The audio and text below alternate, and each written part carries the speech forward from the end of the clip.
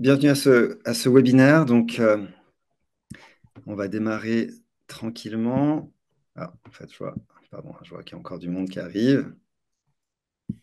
Je vais vite les admettre avant de démarrer ma petite présentation. Voilà, je crois qu'on est bon. Voilà, au niveau du thème du jour, comment se valorise une société? Donc, on a le grand plaisir d'accueillir aujourd'hui Serge Raymond et David Carletti, qui sont notamment associés chez Valo.ch. Donc, c'est l'outil qu'ils vont nous présenter aujourd'hui. On verra que Serge et David font pas mal d'autres activités autour de Valo.ch. Ils auront l'occasion de se présenter. Et juste en préambule, avant de leur laisser la parole, donc je rappelle les objectifs de nos webinaires.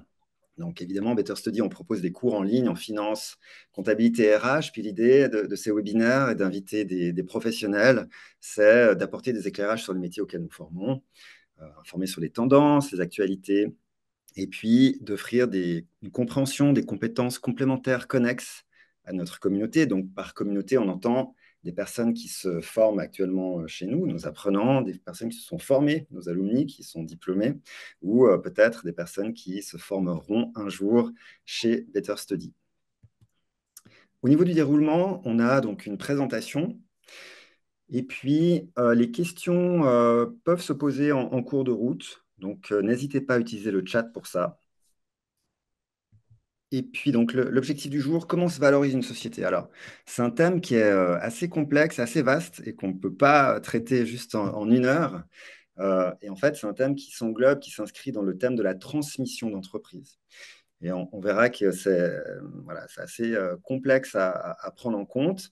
Et puis, parmi ces éléments de la transmission d'entreprise, il y a justement la valorisation.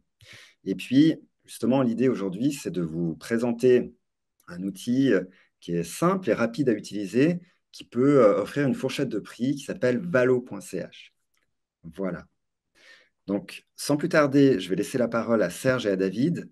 Serge et David, merci infiniment de votre participation aujourd'hui. Donc, on est ravis de vous accueillir et je vous souhaite une bonne présentation. Alors bonjour à tous. Je remercie Better Study et Christophe de nous accorder cette possibilité de faire partie de ce webinaire qui nous intéresse à plus d'un titre chez Valo. Alors sans plus attendre, valo.ch, je crois qu'il y a la présentation qui arrive. Là voilà. Alors, Valo.ch, c'est une société du même nom, Valo, que nous avons créée, dont Serge et moi sommes les associés principaux aujourd'hui, qui est très jeune, qui date d'il y a 3 ans seulement. Et le but aujourd'hui, c'est effectivement, comme l'a souligné Christophe, c'est de expliquer dans quel contexte nous avons créé Valo, pour qui et pour quel marché, le marché vaste de la transmission d'entreprise en Suisse qui touche beaucoup de monde. On voit que tous les entrepreneurs sont impactés. On évoquera les quelques chiffres dont je pense tout le monde a peut-être eu connaissance et dont on parle énormément. Donc voilà. Donc sans plus attendre, allons-y. Alors, je me présente tout d'abord. Moi, je m'appelle David Carletti. Je suis avocat, une formation traditionnelle d'avocat. J'ai ensuite travaillé après mes études et mon brevet et dans l'étude.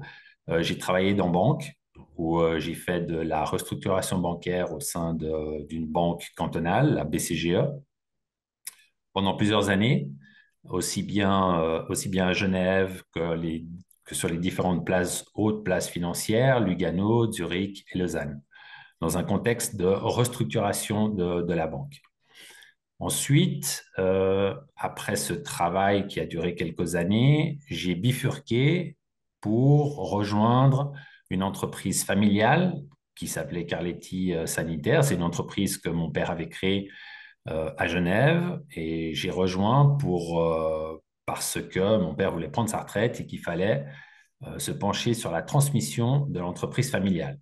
On arrive donc au cœur du sujet qui nous intéresse, puisque j'y ai été confronté sans même penser un jour que j'allais faire autre chose que ce pourquoi je me destinais. Donc rapidement, j'ai dû mettre les mains dans une patte qui n'était pas forcément la mienne, donc reprendre une entreprise dans laquelle il y avait la famille qui était concernée. Donc, c'est quelque chose qui m'a pris un certain nombre d'années. Naïvement, je pensais que j'allais régler ça rapidement. Et puis finalement, au bout de plusieurs années, à peu près une dizaine, non pas pour restructurer l'entreprise, mais pour accompagner finalement le cédant qui était mon papa, euh, pour la cession et la transmission à ses enfants. Et ensuite, une vente qui a été décidée d'être faite en externe à des repreneurs externes. Donc, dans tout ce processus que j'ai vécu, j'ai nourri certaines questions de beaucoup d'entrepreneurs qui venaient me consulter lorsque je travaillais pour l'entreprise familiale en me disant comment est-ce que tu t'occupes de l'entreprise, de la gérer, les questions qui sont posées, la prévoyance, la transmission, la succession, intégrer tous ces paramètres auxquels beaucoup d'entrepreneurs se posaient des questions et qui étaient nourris par ce souci de pouvoir pérenniser ce qu'ils avaient créé, leur entreprise, assurer, on le verra tout à l'heure, tous les éléments qui vont ensuite, c'est-à-dire les contrats de travail, les employés, la connaissance, le savoir-faire, etc. Tout ce qu'une entreprise, une PME, finalement, crée pendant toutes ces années, comment est-ce qu'il était possible de pouvoir s'occuper de faire en sorte qu'on puisse pérenniser cette connaissance. Fort de cette compétence et de cette expérience surtout, puisque c'était vraiment quelque chose de très passionnant, il y a évidemment beaucoup d'éléments émotionnels qui sont toujours très forts au sein d'une transmission d'entreprise, qu'elle soit familiale ou extra-familiale. J'ai décidé de devenir un conseil, comme tant d'autres, en matière d'entreprise et de succession d'entreprise. Donc, c'est pour ça que j'ai créé Business Transmission. Et en parallèle, j'ai décidé de me poser cette question de finalement, quel pourrait être le moyen d'aider les entrepreneurs qui se posent les mêmes questions que je me suis posées moi lorsque j'ai repris l'entreprise familiale et auprès de qui ils peuvent aller finalement obtenir des réponses. Et fort de ça, j'ai décidé de poser la problématique à Serge Raymond en lui suggérant de créer un outil sans savoir que ça allait devenir Valo pour susciter d'abord une interrogation chez les entrepreneurs. C'est-à-dire que Valo allait rapidement devenir une, une plateforme où les entrepreneurs se posent une question. Comment transmettre mon entreprise et par quoi commencer surtout. Voilà pour ce qui me concerne dans le parcours dans mon fil rouge de ce que j'ai entrepris et qui m'a mené à Valo. Je fais juste une parenthèse pour laisser la place à Serge Raymond qui lui va se présenter. Merci David, et puis bonjour à toutes et bonjour à tous. Alors j'ai un parcours parallèle, mais un peu différent de celui de David, complémentaire. J'ai fait à l'époque des études de mathématiques par pur plaisir. C'est juste pour la culture générale. Puis après, j'ai fait beaucoup de dynamisation et de restructuration. J'ai été le patron de Naville, où on a modernisé à l'époque toute la boîte. Et puis, j'ai eu un grand bout de ma carrière comme dirigeant, comme responsable de tous les journaux payants chez Tamedia. Et dans ce cadre-là, quand on transforme un groupe, quand on passe du papier au digital, en fait, il faut à la fois trouver les sociétés à acheter et puis trouver comment revendre les sociétés qui sont plus dans le cœur business de notre activité. Et dans ce cadre-là, j'ai vraiment eu l'occasion de pratiquer cet achat et cette vente de sociétés de manière intensive, comme un accélérateur de la transformation. Et c'était passionnant. J'ai quitté le groupe il y a maintenant 5 ans et puis je me suis lancé dans quelque chose que vous connaissez peut-être, c'est l'école 42 à Lausanne. Cette école offerte pour tous les développeurs pour les gens qui souhaitent devenir développeurs.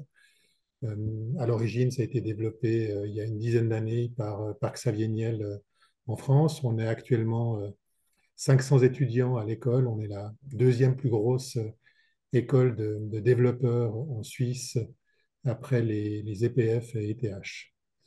Moi, j'ai toujours été passionné par ce côté transmission parce que, en fait, c'est un moment très, très important de l'entreprise. Euh, et puis, le hasard a fait que j'ai rencontré David et qu'on a mélangé à la fois son expérience très concrète et puis moi, mon plaisir pour les algorithmes, le développement de projets informatiques et aussi l'expérience de la vente de société. Alors, il faut juste que je passe à la suivante. Tac. David. Voilà. Alors, merci Serge. Je reprends le fil de la discussion pour le slide que vous voyez maintenant. Donc, la transmission d'entreprise, c'est un sujet qui est particulièrement important à de nombreux points de vue. C'est d'abord économiquement un thème qui est fortement d'actualité, qui est fortement politisé. La Confédération et les différents cantons l'ont compris il y a quelques années. C'est la raison pour laquelle vous avez tout un tas d'outils comme le portail PME de la Confédération, comme le portail PME de la Confédération qui a été mis en place, qui lui permet d'accéder aussi à des instructions, finalement des outils qui peuvent vous donner des guides dans les questions que vous posez. En termes de chiffres, je crois que vous avez tous lu les différents chiffres qui sortent des différentes études des EPFL, des EPFZ chaque année. On a grosso modo plus de 90 000, 92 000 entrepreneurs en Suisse, autant de PME, au sens où on l'entend, la PME traditionnelle suisse, hein, de 0 à 250 employés.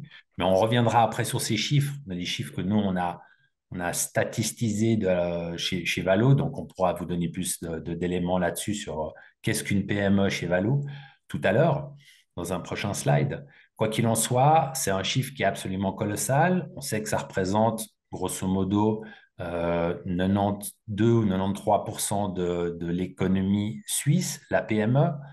Donc, quand on parle de transmission d'entreprise, on parle d'un thème qui est absolument capital pour l'économie, mais c'est un thème qui est capital pour l'entrepreneur aussi. L'entrepreneur, lui, il a souvent accordé toute son énergie, toute sa vie dans son entreprise. Et souvent, ils nous le disent, hein, mon entreprise, c'est mon bébé. C'est son bébé supplémentaire. Et ce qu'il veut, comme tous les bébés, c'est pouvoir lui donner une vie la plus longue possible. C'est pouvoir la transmettre, c'est pouvoir la pérenniser. Or, l'entrepreneur, il est compétent, il est techniquement doué, mais s'il y a une chose qui est difficile pour un entrepreneur, c'est de pouvoir lâcher la tête du guidon et pouvoir se consacrer à autre chose qui est une étape prochaine, la transmission d'entreprise. C'est-à-dire que pour ça, il faut souvent aller voir des spécialistes, il faut aller voir des fiduciaires, souvent, peut-être vous, vous êtes confronté à ça, vous nous direz ça tout à l'heure, ce que vous avez peut-être comme expérience déjà vécu. Il faut aller voir peut-être des avocats, il faut aller voir des fiscalistes, il faut aller voir des conseillers. Bref, il y a beaucoup de professionnels qui peuvent interagir autour de cette question et l'entrepreneur se sent un peu perdu finalement. C'est difficile d'aller parler à 3, 4, 5 externes pour pouvoir traiter d'un seul sujet, la transmission d'entreprise. Donc souvent, c'est quelque chose qui est délaissé. Moi, j'ai fait l'expérience, donc dans le cas de l'entreprise familiale, euh, mon père a décidé de prendre sa retraite 3 mois avant. Voilà, les enfants, dans 3 mois, j'arrête de travailler, c'est fini. Et ça, on l'entend souvent. Ça, c'est quelque chose qui revient très fréquemment. On sait qu'aujourd'hui, il y a aussi une notion importante. Il y a des baby boomers, comme on dit, la génération qui arrive, cette génération qui a aujourd'hui entre 60 et 65, 67 ans, c'est une génération qui a créé beaucoup d'entreprises, qui a été très prolifique à ce niveau-là, dans beaucoup de domaines, et qui arrive à la retraite ou qui aujourd'hui se pose la question seulement maintenant de qu'est-ce que je fais avec mon entreprise, à qui je la transmets. Alors, toutes ces questions-là sont des questions vraiment capitales parce qu'il y a de la valeur dans chacune des entreprises. Il y a beaucoup d'emplois, on l'a dit tout à l'heure, à peu près 90-92% de l'emploi en Suisse, c'est de la PME. Il y a évidemment des savoir-faire, il y a de la qualité, il y a de la compétence. Et tout ça, ça se traduit dans une sorte de compétitivité suisse on comprend pourquoi l'État a un enjeu absolument important, est un enjeu absolument important pour eux de ne pas laisser tomber les entreprises. Donc nous, en partant de ce postulat, on s'est dit, finalement, sachant tout ça, ces chiffres qui sont absolument importants et qui font que souvent, une transmission d'entreprise, elle périclite, parce que pour tous ces éléments, ce n'est pas traité suffisamment tôt. On le voit, hein, souvent 1 sur 3, à partir du moment où l'entrepreneur se pose la question, elle est souvent tardive. Et dans 1 cas sur 3, parce que c'est tardif, parce que la situation de l'entreprise ne permet pas, souvent parce qu'il y a peut-être des autres biens qui ont été mélangés à l'entreprise, comme des biens immobiliers, euh, la transmission ne peut plus se faire.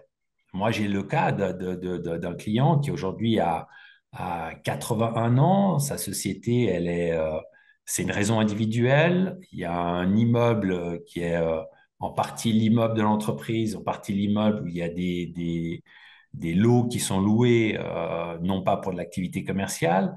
Aujourd'hui, il est bloqué. Il n'a pas d'autre solution que de ne rien pouvoir faire avec son entreprise individuelle. Il a dû cesser son activité, mais il y a cet immeuble. Et là, on sait qu'il y a une grosse question fiscale qui va se poser. L'immeuble a été évalué à plusieurs millions, et c'est une conséquence importante pour lui, parce qu'évidemment, il va y avoir une fiscalité très lourde qui va le sanctionner lorsque la question va se poser. Et puis, il y a sa transmission d'entreprise qui ne se sera jamais faite. Donc, ces éléments-là, c'est vraiment des éléments concrets qu'on constate tous les jours.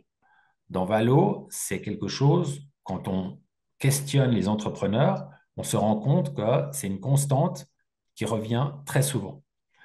Alors que finalement, on sait aussi que quand une entreprise, elle est transmise, elle est reprise, son taux de survie est très important. On sait que 90 à 95%, même souvent, d'une entreprise bien transmise ou avec laquelle on s'est posé la question suffisamment tôt, on a été nourri d'un conseiller ou deux conseillers qui nous ont aidés suffisamment à l'avance, la transmission, le bébé dans ce cas-là, il va pouvoir survivre, son entreprise va pouvoir continuer à sa clientèle, son marché, ses employés, etc. Donc finalement, la question dans laquelle on est rentré avec Valo, elle était tout à fait légitime. Donc ça, c'était pour l'aspect, on va dire, marché de l'entreprise, marché de Valo, pardon, dans quel marché se situe Valo et pour qui et pourquoi. Valo, on l'a concrétisé d'une façon finalement assez simple. On s'est dit, qu'est-ce qu'on va donner en premier lieu comme possibilité aux entrepreneurs? Je ne sais pas si vous avez déjà entendu parler de Valo. Vous allez sur le site et ce que vous obtenez, c'est finalement une évaluation, c'est une valorisation de votre entreprise sur la base d'un chat de plusieurs questions textuelles et de questions chiffrées.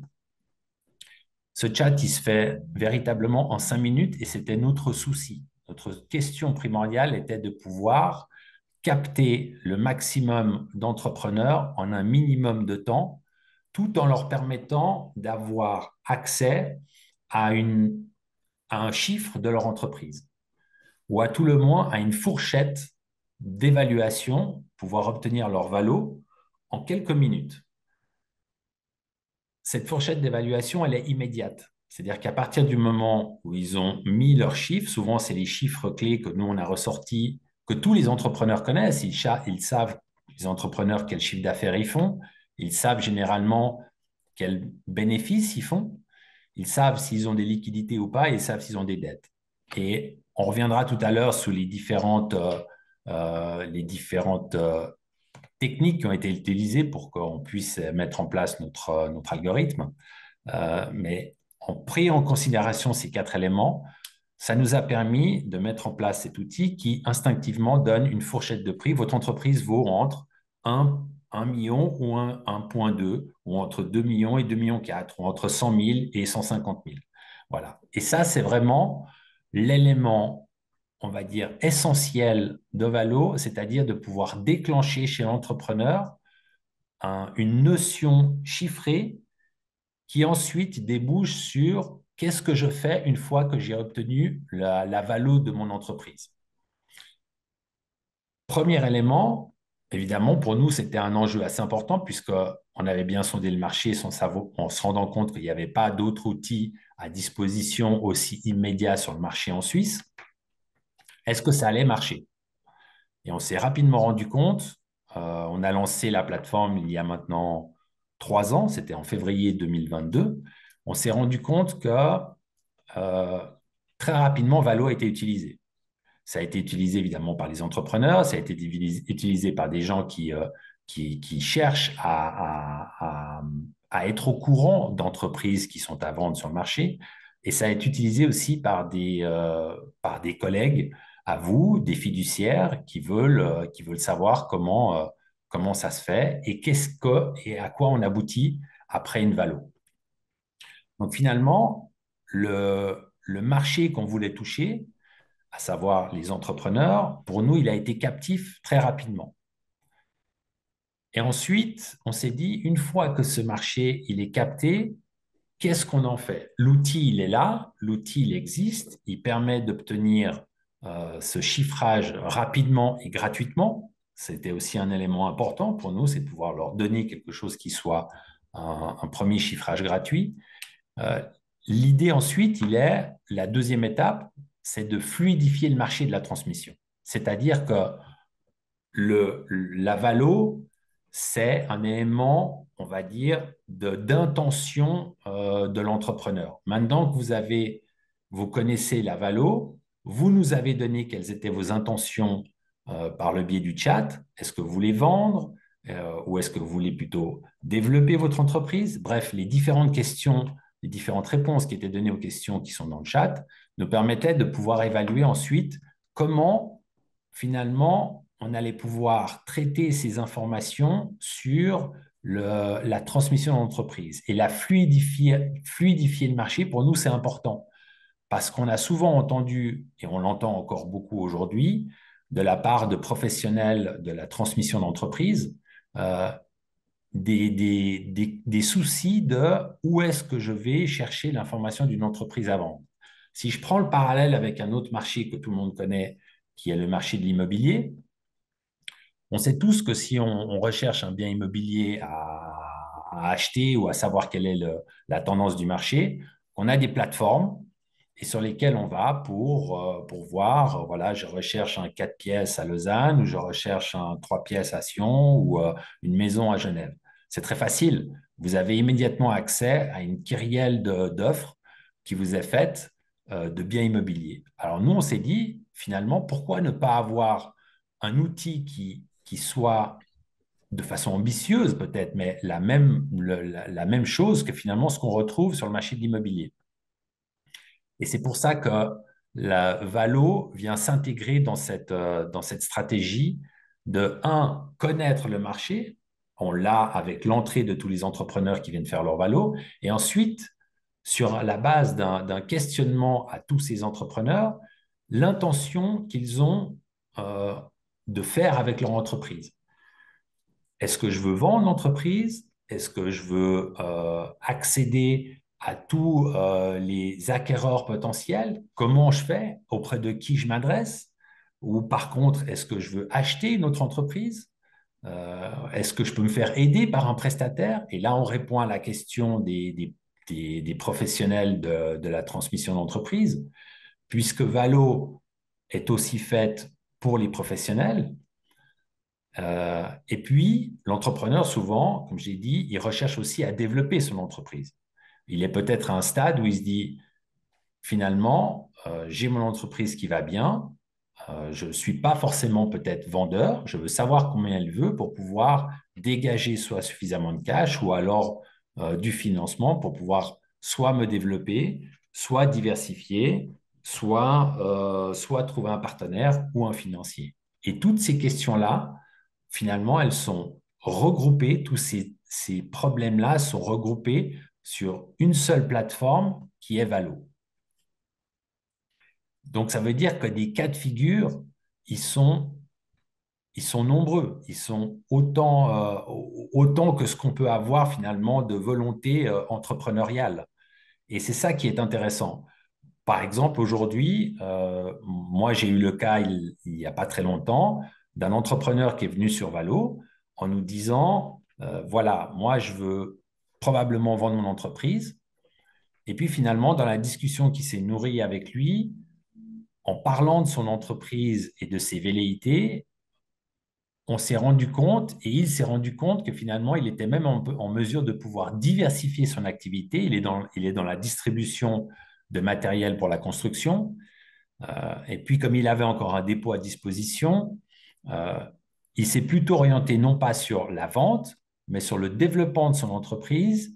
Et du coup, il a sollicité Valo pour pouvoir l'aider à trouver une autre entreprise ou une autre activité dans le domaine de la distribution, de la construction, mais qui viendrait dans ce cas-là diversifier ses prestations, étayer ses possibilités de vente du matériel à d'autres clients qui ne l'avaient pas et à d'autres marchés qui souhaitaient s'ouvrir. Donc c'est vrai, on se rend compte que l'intérêt peut-être initial qui est posé par l'entrepreneur quand il vient sur Valo, avec une discussion et avec cette possibilité de lui offrir d'autres palettes qui seraient pas forcément les premières auxquelles il avait pensé, ça nous permet de pouvoir poser Valo comme étant un acteur de solution et de diversification dans le cadre des différents entrepreneurs avec qui on est en contact.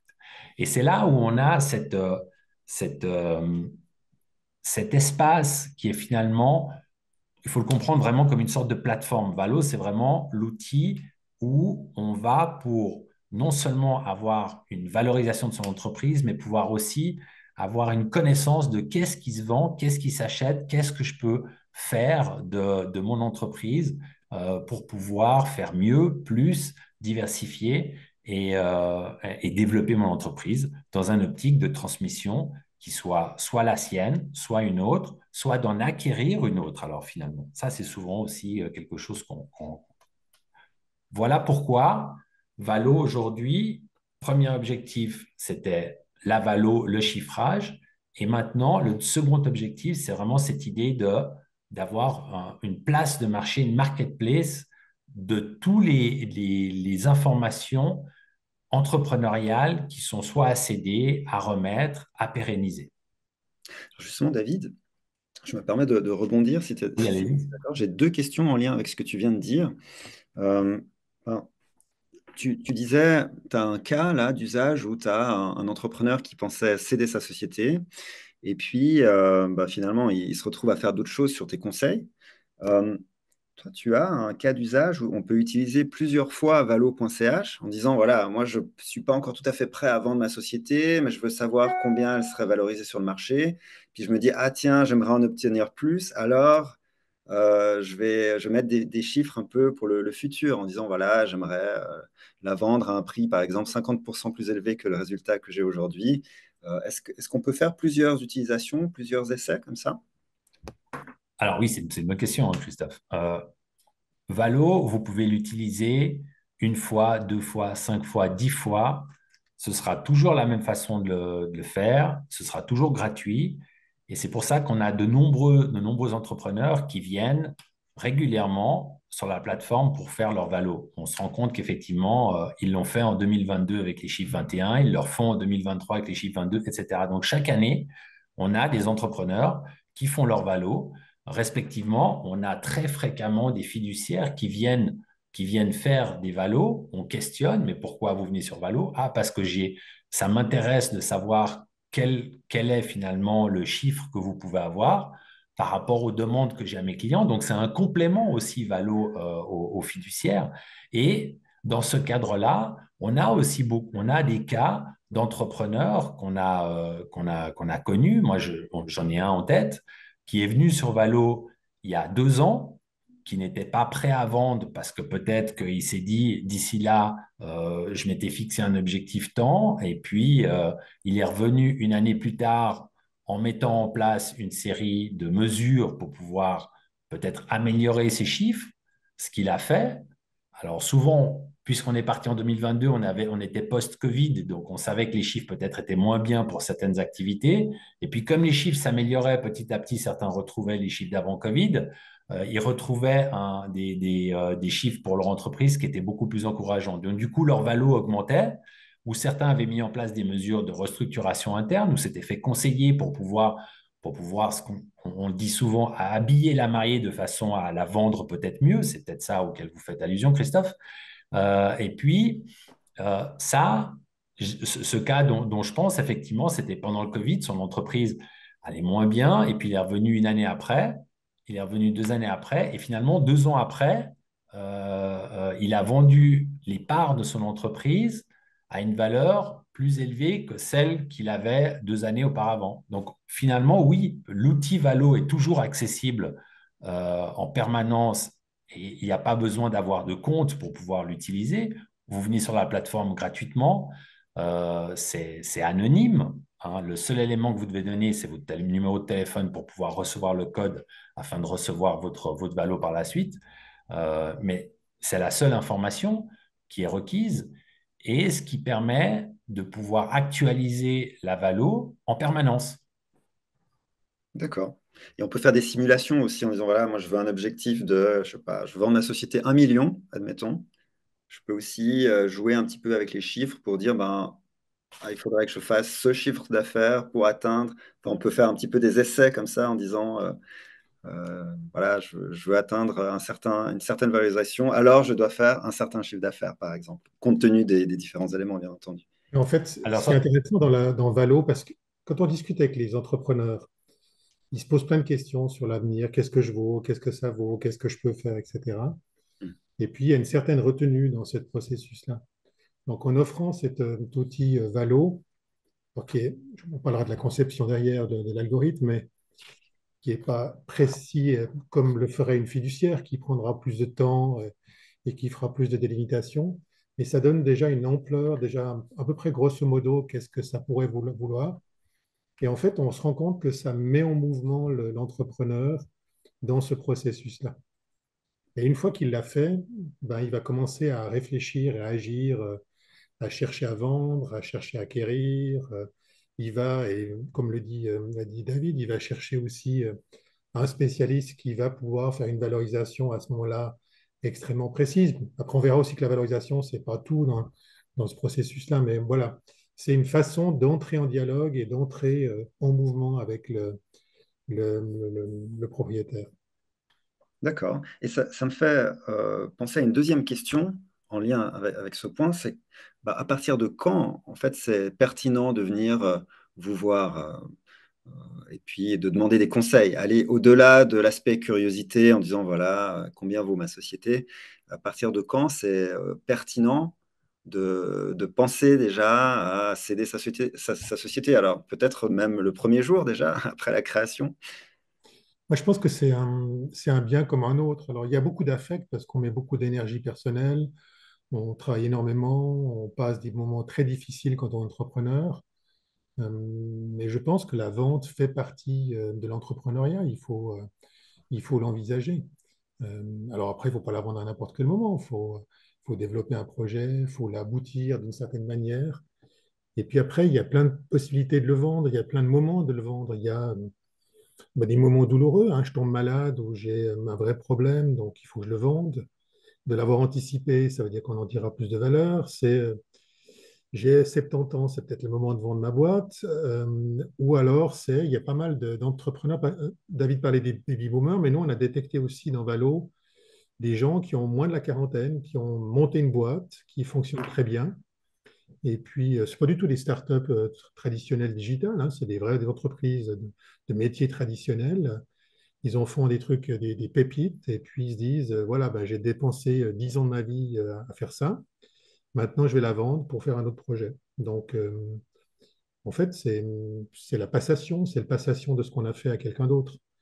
Et c'est vrai que c'est un peu compliqué a priori. Je pense que Valo peut un peu fluidifier puis simplifier cette approche psychologique par rapport à cet événement qui est très important, mais qui est voilà, naturel. C'est comme acheter une maison. On n'achète pas nécessairement une maison les 3 prochaines générations. On peut l'acheter, la vendre, racheter d'autres, plus petites, plus grandes selon l'âge qu'on a, à l'extérieur d'une ville, au centre-ville quand on est plus vieux. Voilà.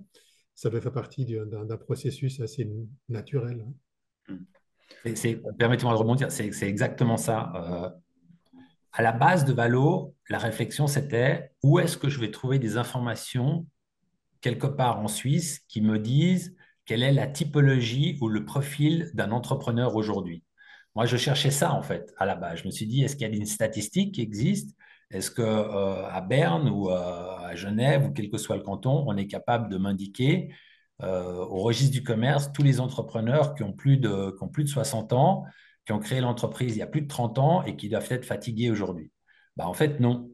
En fait, moi, j'ai trouvé nulle part ces informations-là. Donc, c'est pour ça que je me suis dit, et si finalement, on n'arrivait pas, nous, à créer ces données-là, c'est-à-dire, et si on n'arrivait pas à capter toutes ces informations, ça revient à se poser ces questions que vous posez, Christophe, qui sont très intéressantes. À partir de quel âge? Moi, je dirais, il n'y a pas d'âge, finalement.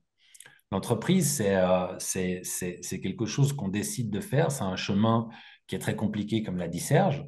Et nous, on a le cas dans Valo, je pense à 3 entrepreneurs. Ils ont 32, 37 et 36 ans.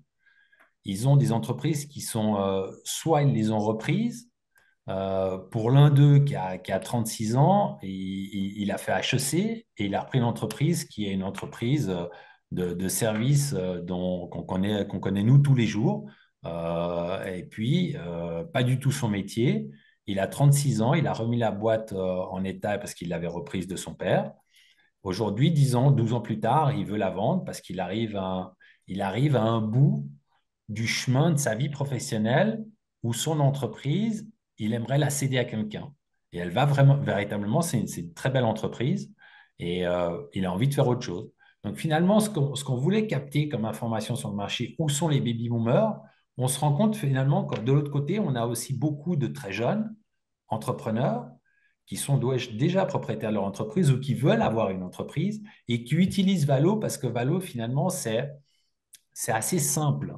C'est assez simple. Tiens, je peux avoir accès à quelque chose immédiatement, rapidement, gratuitement.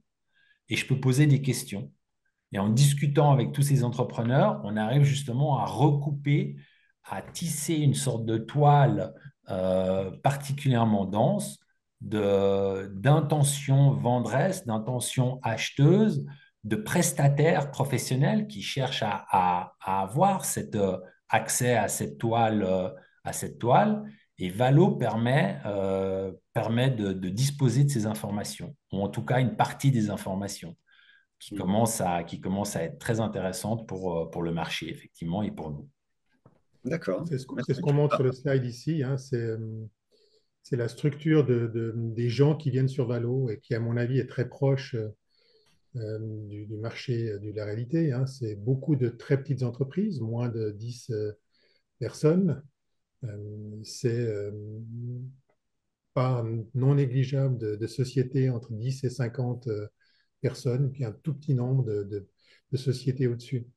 Et en fait, on voit aussi, il y a tout un processus. Il y a la possibilité d'acheter des sociétés relativement petites et bon marché, de les développer, ou d'acheter tout de suite quelque chose de plus gros. Et puis vous voyez aussi sur la partie droite les branches d'activité. Il y a toutes sortes. En fait, il y a des sociétés à vendre et à acheter partout. C'est bien ce qu'on avait, mais comme le disait David, avec pas d'accès facile à ces personnes. Alors par hasard, vous pouvez tomber sur un voisin qui veut vendre sa boîte ou un cousin ou un vieil oncle qui veut le faire, mais en général, c'est difficile. Et puis c'est difficile pour le vieil oncle de vendre sa boîte parce qu'il ne sait pas qui pourrait l'acheter. Il est des fois étonné, il y a des sociétés qui pourraient le faire. Donc le truc de Valo, c'était vraiment de jouer sur cette partie-là. Et puis si vous regardez les motivations des gens qui viennent sur Valo, là vous voyez que c'est très clair, hein. Il y en a 67% qui veulent vendre leur boîte pour toutes sortes de raisons. Il y en a 21 à 22% qui veulent la développer. Alors, il y en a qui veulent acheter d'autres entreprises, mais il y en a aussi une partie, quand ils disent développer, c'est avoir l'appui d'un conseiller. Ceux qui écoutent sont peut-être actifs dans ce domaine. Ils peuvent voilà, trouver des mandats où les gens veulent rendre la mariée la plus belle. Et puis après, il y a des points qui sont accessoires dans un premier temps, qui viendront très importants par la suite. C'est des aspects de prévoyance, de comment on organise la succession, comment on gère l'aspect fiscal. C'est des points très, très techniques. En fait, il n'y a rien de très compliqué, mais il manque un endroit où on peut regrouper l'ensemble de ces attentes, et c'est notre ambition. Hmm. Ah, Ce qui est ça, important aussi, si vous regardez les chiffres clés de l'entreprise, en moyenne, sur toutes les entreprises pour lesquelles on a reçu des valorisations, on se trouve à peu près 2,3 millions de chiffre d'affaires et on se trouve avec une valeur d'environ 2 millions. Alors, il y a beaucoup de petites sociétés, il y en a aussi des très grandes, mais là, on voit la diversité et on ressent bien, quand on voit ces chiffres, la réalité du monde économique dans lequel on vit tous hein, autour de cette formation.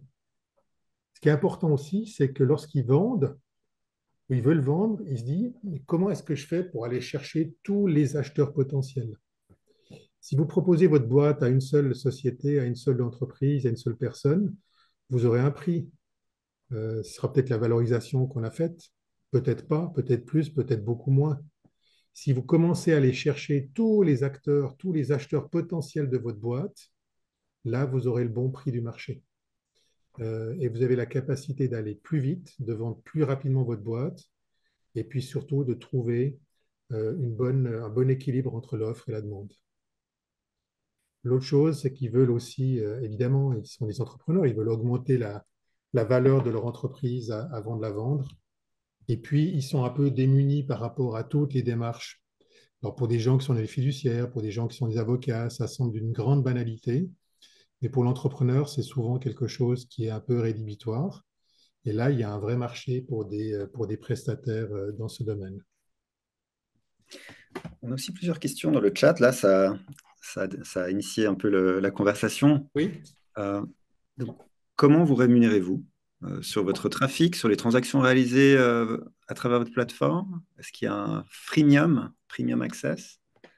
Alors, en fait, il y a deux grandes catégories. Il y a un abonnement qui coûte 300 francs par mois. N'importe qui peut s'abonner à cet abonnement et puis définir ses critères de sélection de leads qu'il veut avoir. Ça, vous pouvez les changer au fur et à mesure sur la plateforme en ligne. Et puis, au fur et à mesure que les leads arrivent sur la plateforme, que des gens s'annoncent ou font leur valorisation, à ce moment-là, on fait l'aiguillage entre toutes ces valorisations et puis on va sélectionner les prestataires qui pourraient être intéressés à traiter avec cet entrepreneur. On envoie un mail à l'entrepreneur en lui disant, écoute, on a sélectionné 3 personnes qui pourraient satisfaire à ta demande. Voilà les coordonnées. Et puis on envoie à chacun des 3 prestataires un mail en disant, écoute, on a détecté un lead qui correspond à tes attentes. Voici son profil, voici son numéro de téléphone et tu peux l'appeler et faire affaire avec lui. Ça, c'est la première version, c'est la version qui est à disposition. Il suffit de sortir votre carte de crédit et puis d'y aller sur Internet. Vous pouvez vous connecter. En quelques minutes, c'est fait. Et puis, vous pouvez vous désabonner. C'est limité à un mois, donc il n'y a pas de, il y a pas de contrainte. C'est vraiment de faciliter aussi la fluidité. Et l'autre élément, c'est si vous cherchez une société en particulier ou si vous cherchez des prestataires, des boutiques de merge and acquisition pour vendre votre boîte, on peut vous orienter et puis à ce moment-là, on sera rémunéré sur un travail particulier. C'est plutôt du sur-mesure. Voilà les deux modèles qui existent actuellement. Autre question, est-ce que Valo, c'est l'équivalent de la société Remicom suisse? Euh, alors, Remicom est un acteur de la transmission d'entreprise. Il travaille, historiquement, il était spécialisé plutôt sur les petits commerces et les restaurants. Et puis, il fait quelques activités. On a peut-être des intersections de temps en temps, mais il y a beaucoup d'acteurs hein, sur le marché qui existent. Par contre, Remicom n'a pas cet outil de détection voilà, des intérêts des entrepreneurs. Nous, ce qu'on fait finalement, c'est de mettre à disposition ces leads et ces intérêts à nos abonnés ou à des prestataires externes, nous, on ne fait pas la transaction en tant que telle. D'accord. Si vous voulez, on est comment est-ce qu'on pourrait dire? Remicom serait plutôt un courtier immobilier et puis nous, on est plutôt, je sais pas, HomeGate, un truc comme ça. Voilà, c'est plutôt ça qui serait l'équivalent. D'accord. Juste encore deux remarques plutôt que des questions avant de poursuivre. On a, alors, j'ai l'impression que Valo, donc c'est Reisa, j'ai l'impression que Valo est plus adapté pour les sociétés qui évoluent dans le tertiaire, pas pour une valorisation par méthode patrimoniale, notamment une société industrielle. Alors, on va tomber sur la prochaine slide, ce sera sur les méthodes de valorisation. Mhm. Euh, non, non. Disons, s'il y a beaucoup d'immobilier ou s'il y a beaucoup de valeurs, je dirais, intellectuelles, propriété intellectuelle, des choses comme ça, je pense que l'outil de valorisation qu'on a mis au point, il n'est pas vraiment adapté. Mais en fait, notre outil, on a fait des tests, on a fait des contrôles d'évaluation. Euh, En gros, on est à plus ou moins 20% de la valeur que donnera une fiduciaire. Alors, on n'est pas exact, mais c'est fait en 5 minutes, je veux dire, et puis c'est gratuit. Ouais. Mais une fois qu'il y a une intention de vendre, nous, on va encourager le vendeur à contacter une fiduciaire, à contacter un expert dans ce domaine-là qui va entrer dans un processus de valorisation qui sera détaillé. Et plus qu'un processus de valorisation, on va commencer à redresser les comptes, on va commencer à rendre la mariée plus belle d'un point de vue financier. Donc ça c'est pas notre travail, ça c'est le travail des prestataires, des conseillers financiers, des fiduciaires qui, voilà, dont c'est le métier et qu'on ne remplace pas, hein. Nous, on est juste une porte d'entrée à un moment donné. Ouais, vous initiez le projet, la conversation, après Ouais. vous rapatriez ces informations. Mais Et puis chacun sa spécialité. Je veux dire, nous, on n'est pas des spécialistes, on n'a pas cette prétention-là. On prend en compte et on essaye d'aborder, de faire sortir cette envie et puis cette envie de surtout de passer à l'acte. Et puis après, justement, quand vous êtes abonné chez Valo, ben, vous allez recevoir des lignes de ces gens qui veulent aller plus loin. Et puis, en payant l'abonnement, vous décrochez des affaires qui sont les vôtres et qu'on espère fructueuses pour vous. Voilà. Hmm. On a deux Pardon, remarques. juste Ça va pour être répondu dans la suite de la présentation par rapport à la méthode d'évaluation, avec par Oui, exemple je vais les venir CA là-dessus. Oui. et puis le prix, fourchette de prix d'une société familiale. Bon, ça, il y a plusieurs enjeux qui doivent être pris en considération. Donc, je pense que ça va être traité dans la suite de la présentation. David, tu voulais dire quelque chose?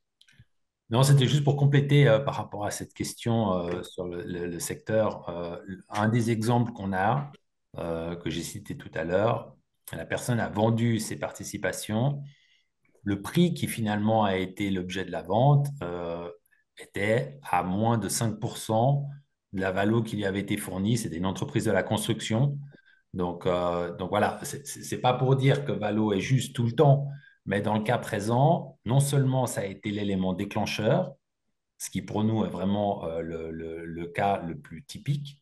Donc, Valo a été l'élément déclencheur pour l'entrepreneur, mais ensuite, l'aboutissement de la vente des parts de l'entrepreneur correspondait à ce à quoi nous voulions finalement, c'est que la fourchette soit le prix idéal pour lui. Donc, pour nous, c'était vraiment une satisfaction de se rendre compte que, on avait eu la tendance du marché. Et deux, sur le suivi de la vente, l'entrepreneur nous a indiqué que finalement, il avait vendu et qu'il avait vendu au prix qui était dans la fourchette. Donc, c'était vraiment une bonne cible pour nous dans ce cas. Hmm. Donc, Oui, on va on peut- aborder le sujet. Il y a valorisation, puis il y a prix, hein. C'est Ouais. aussi un point intéressant. Préparer un slide là-dessus, hein, juste après. Si on tombe sur les méthodes de valorisation, alors il y en a beaucoup, hein, vous les connaissez peut-être les unes aux autres. Il y a la valeur de substance, hein. En gros, on regarde ce qu'on a à l'actif, puis on déduit ce qu'on a au passif, et puis en gros, c'est la valeur de la boîte. Alors, des fois ça joue, des fois ça joue pas. Je veux dire, des fois à l'actif, vous avez des valeurs qui sont totalement. Il y a beaucoup de réserves latentes. Donc, ce qu'on voit à l'actif du bilan est minoré par rapport à la réalité. Il y a des notions, par exemple, de brevets, il y a des notions de technologie. Là, je suis en train de vendre une boîte pour un vieux monsieur qui a 73 ans. Ce n'est pas l'actif que les gens achètent, c'est le savoir-faire, c'est son carnet d'adresses, c'est ses clients. c'est sa réputation sur le marché. Mais en gros, la méthode valeur-substance, elle est intéressante, elle est importante. C'est un des ingrédients qu'on a dans Valo. Évidemment, on regarde cet aspect-là. La deuxième chose, c'est la valeur de rendement. Ben, vous regardez finalement quel est le bénéfice que vous pouvez tirer. Vous l'actualisez avec un taux d'intérêt ou un taux que vous voulez mettre en compte, et puis ça vous donne une valeur. C'est aussi un des éléments qui est pris en compte dans l'algorithme de Valo. Après, vous avez quelque chose qui est assez standard, qui est bien utilisé à beaucoup d'endroits maintenant, qui est le multiple du chiffre d'affaires, le multiple de l'EBITDA.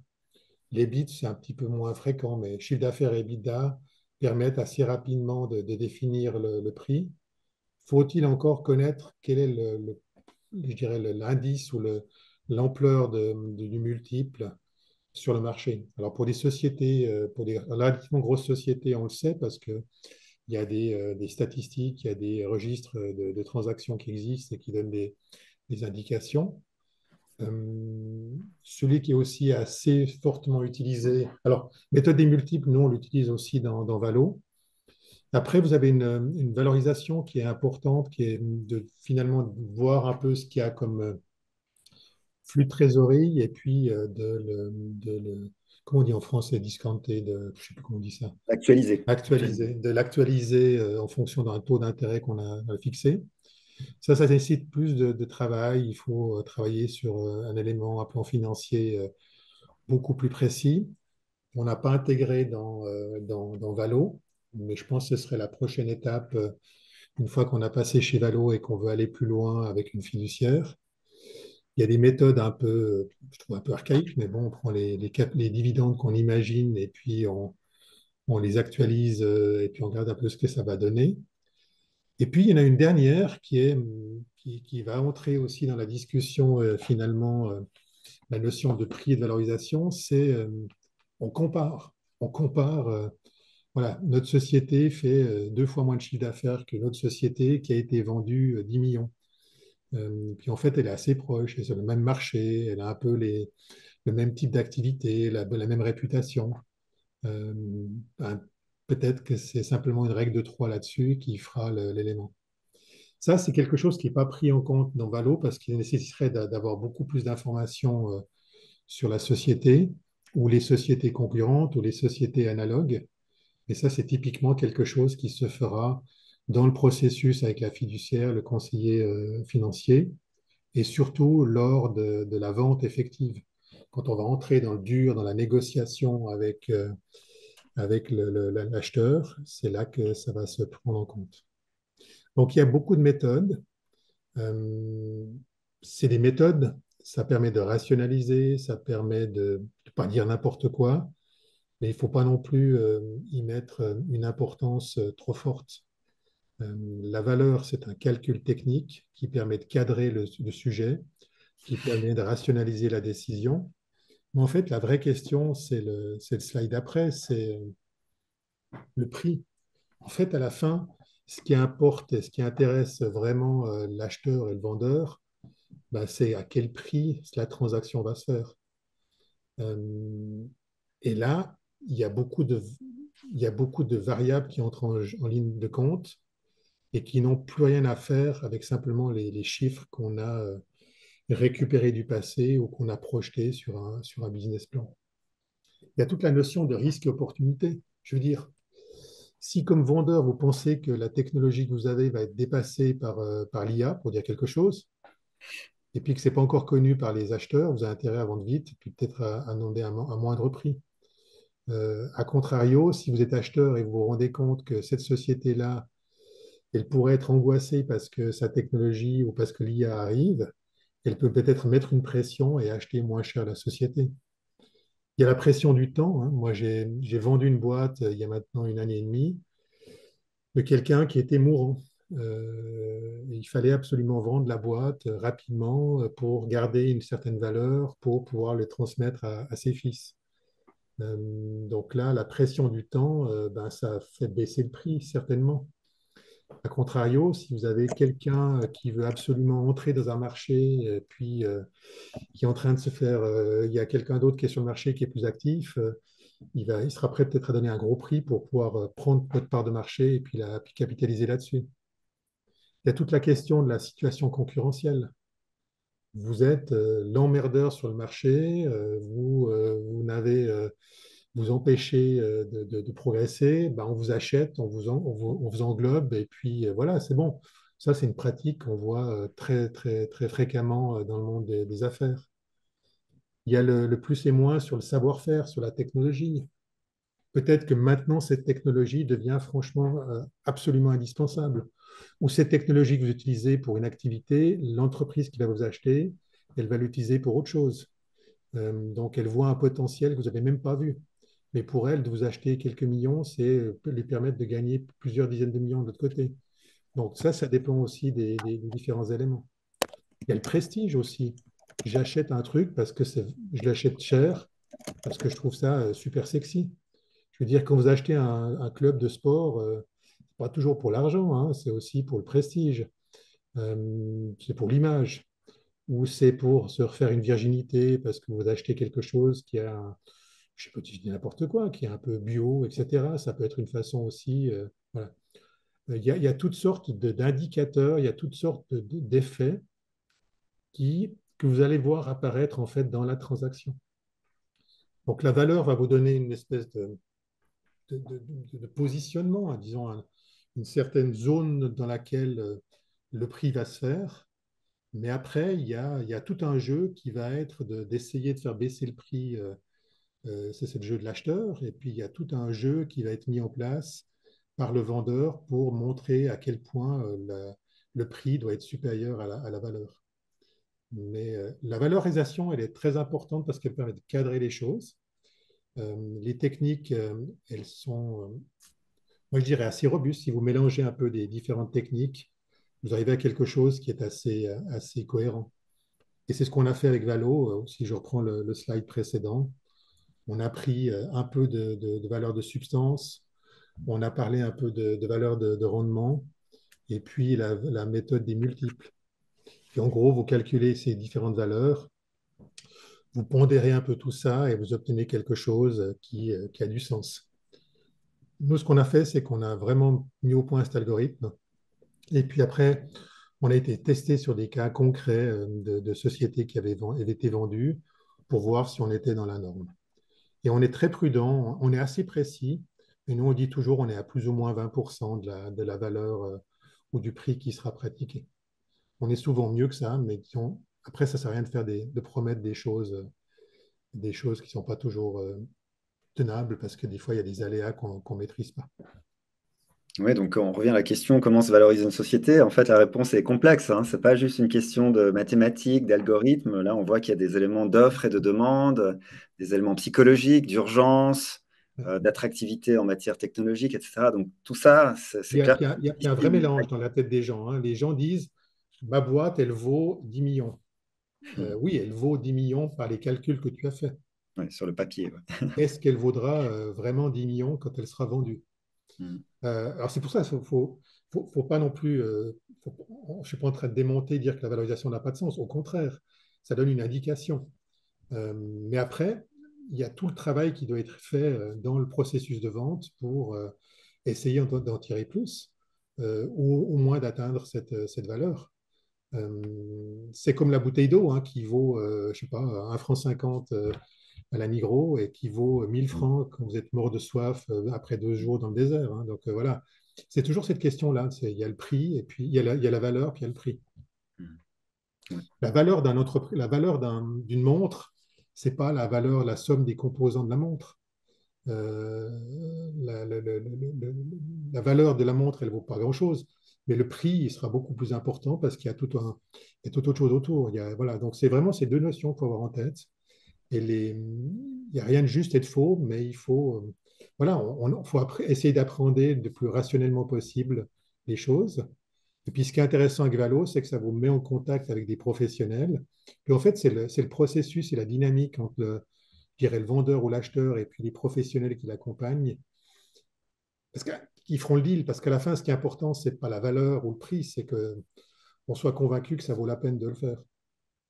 Et en général, dans une bonne négociation et dans une belle vente, tout le monde doit être frustré, hein. Si l'acheteur n'est pas frustré, c'est qu'il a acheté trop bon marché. Et si le vendeur il n'est pas frustré, c'est que il n'a pas vendu. Voilà, il y a toujours cette notion, il faut chacun, à un moment donné, il faut transiger quelque part entre deux, hein. D'accord. On arrive bientôt à la fin, enfin, en tout cas à 13 heures. On arrive à 13 heures. Est-ce que vous avez quelques éléments que vous vouliez encore nous montrer? Oui, moi, ce que je voulais simplement dire, c'est que ce qu'on peut offrir pour les entrepreneurs, c'est pas trouver le meilleur prix ou la valorisation, c'est trouver un bon prix. C'est le prix correct ou trouver un prix qui a du sens pour l'acheteur, pour le vendeur. Puis c'est aussi pour l'acheteur de trouver une société à un bon prix aussi. Et puis plus on fluidifie et plus on met en contact des gens, plus on va trouver un équilibre. Et puis l'autre chose, c'est pour le vendeur ou l'acheteur, c'est les entrepreneurs, c'est trouver les prestataires. Alors je ne sais pas, dans l'audience, il y a des gens qui sont actifs dans ce domaine-là. Si vous faites un abonnement sur Valo, vous allez être mis en contact avec les acheteurs ou les vendeurs. Et puis le dernier point, c'est voilà, ce qu'on offre aux gens qui viennent sur la plateforme Valo, non pas comme pour faire une valorisation, mais comme prestataire, c'est de leur dire, voilà, nous, on va vous trouver des vendeurs qui ont besoin de vos compétences. Et puis, un autre point qu'on oublie chaque fois, parce que si vous êtes dans une fiduciaire, vous avez souvent certainement des gens qui vous disent, j'aimerais bien étendre mon activité de la construction de Vaux à Genève, où j'ai déjà une entreprise dans le photovoltaïque et j'aimerais bien avoir une entreprise dans le photovoltaïque du côté valaisan. Ça, c'est aussi une possibilité que vous avez sur la marketplace Valo. Donc, en fait, la valorisation, c'est un élément clé de la transmission, mais c'est qu'une partie. Par contre, c'est une bonne entrée en matière pour entrer dans la transmission.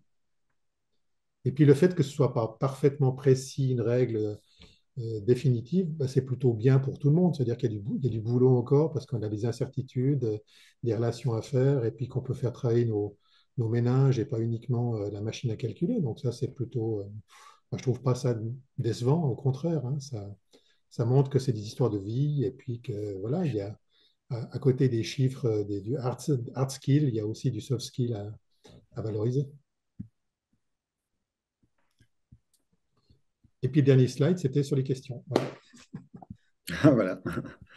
Si je peux juste conclure peut-être sur ce petit résumé. En résumé, Valo, c'est quoi? Valo, c'est un moyen de pouvoir capter l'intention des entrepreneurs et des acheteurs par le biais du premier élément qui est le chiffrage de l'entreprise.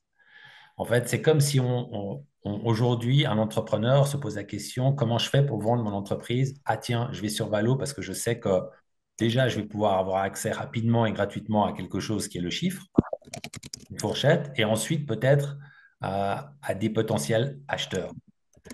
Et inversement, ceux qui recherchent à acheter des entreprises, où est-ce que je vais pour pouvoir savoir s'il y a telle entreprise que je recherche dans le photovoltaïque, par exemple, en Valais, qui est à vendre? Bah, tiens, peut-être que Valo a cette information et peut-être qu'ils ont la donnée d'un entrepreneur qui fait cette activité dans ce canton-là.